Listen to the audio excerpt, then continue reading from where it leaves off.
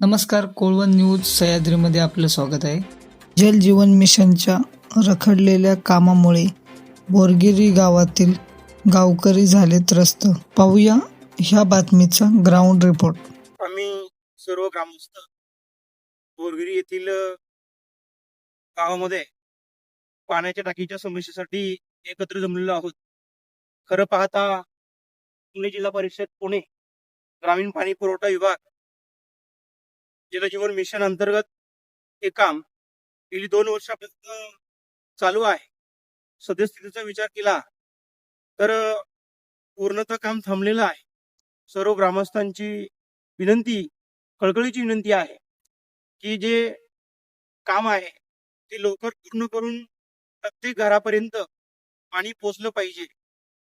सद्यस्थितीला आपण पाहिलं तर या सर्व माता भगिनी बंधू असतील की ज्यांना डोक्यावरती लांबपासून पाणी आणावं लागतं. जुन्या पद्धतीनेच हातपंपाच्या माध्यमातून पाणी हापसून काढावं लागतं.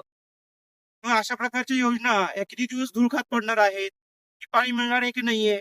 शासनाने ताबडतोब याच्यावरती काळजी घेऊन काम चालू करावं आणि लवकरात लवकर सर्वांपर्यंत घरापर्यंत पाणी पोहोचवं, अशा प्रकारची विनंती आहे. अजूनही पाईप अस्तव्यस्त पडलेले आहे. काही पाईप पाण्याच्या माध्यमातून वाहून गेलेले आहेत. पण लवकरात लवकर हे काम पूर्ण व्हावं, अशा प्रकारची सर्व ग्रामस्थांच्या वतीनं विनंती आहे. हे कसं नाही काटे 2 वर्ष झालं टाकी बांधली, पाण्याचा पुरवठा नाही, आम्हाला पाणी येत नाही, हापशेवरून पाणी आणायला लागते. बरेच दिवसापासून काम चालू आहे. आम्हाला पाणी नाही, आम्हाला डोक्यावर पाणी वाहून आणायला लागतं हापशाचं. आणि हापसा पण लय जड आहे. आम्हाला काम शेतातले पण काम असते, तिकडून आलं का 6-7च्या दरम्यान पाणी व्हायचं. हे असं पाईप पडले तर आम्ही जर नाही जर त्याची दखल घेतली एवढ्या 1-2 महिन्यामध्ये, तर आम्ही पंचायत समिती, जिल्हा परिषदला जिल्हा मोर्चा बोरगीरचा ग्रामस्थ म्हणून हे बघा, महिलांचं बी एक निवेदन आहे. 2022चं काम आहे. अजून पूर्ण खिटपट पडले ते पाईपलाईनचं सर्व टोटल कामं पडलेले आहेत. कारण ते कामकाज लवकर चालू झालं पाहिजे. किती दिवस झाले? 2022चं काम आहे. 2 वर्ष झाले ते काम पूर्णपणे खिटपट पडलेत. पाईप गंज लागत पडलेत. विषय नाही त्याचं. आणि पाण्यासाठी सर्वांना वणवण करावी लागते. पुणे जिल्हा परिषद अंतर्गत जलजीवन मिशनचे काम त्या पाण्यासाठी या विहिरीत नियोजन केलेलं आहे. विहीर भरलेली आहे. आजपर्यंत गावापर्यंत आणि घरापर्यंत पाणी पोहोचलेलं नाही. सर्व ग्रामस्थांच्या वतीनं एक मागणी आहे की या विहिरीमधनं लवकरात लवकर घरामध्ये पाणी पोहोचावं.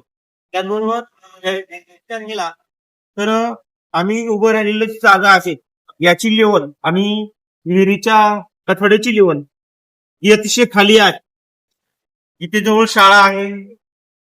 जास्त प्रमाणामध्ये प्रवाशांची गर्दी असते, वर्दळ असते आणि त्यामुळं अनेक अपघाती प्रसंग घडण्याची शक्यता नाकारता येत नाही. त्यामुळे या विहिरीच्या वरती संरक्षण भिंत आणि त्याचबरोबर जाळी बसवावी अशा प्रकारची अपेक्षा आणि विनंती सर्व ग्रामस्थांची आहे. गाडी वगैरे काही नाही. एवढी धोकेदायक आहे की लहान मुलं आता शाळा इथे जवळच आहे. आणि ती भिंत आहे ती उंच आहे आणि विहीर खाली आहे. ते भिंतीचा काठाडा खाली पडू शकतो, आता पण परिस्थितीत आहे तो. त्यामुळे ही संरक्षण भिंत पण घातलेली पाहिजे आणि याच्यावर जाळी मेन म्हणजे बसली पाहिजे आणि पाणी लवकरात लवकर आलं पाहिजे. आपण समस्या एक न सोडू नये. माझी प्रशासनाला एक विनंती आहे. जलजीवन मिशन काम होऊन जवळजवळ 2 वर्ष उठून गेले. फक्त विहिरीचं काम झालंय. विहिरीत पाणी साचलंय, त्याचा कुठल्याही प्रकारचा उपसा नाही. अजून पाणी पुरवठा तर लांबच आहे, त्याच्यामध्ये भरपूर गाळ आहे. विहीर पूर्णपणे ओपन आहे. 100 मीटरच्या अंतरावर शाळा आहे. तुम्ही बघितली तर हा रोड आहे बाजूने. मुलं तिकडे शाळेतून सुटले की इथे उभे राहतात. इथे प्रवासी येतात.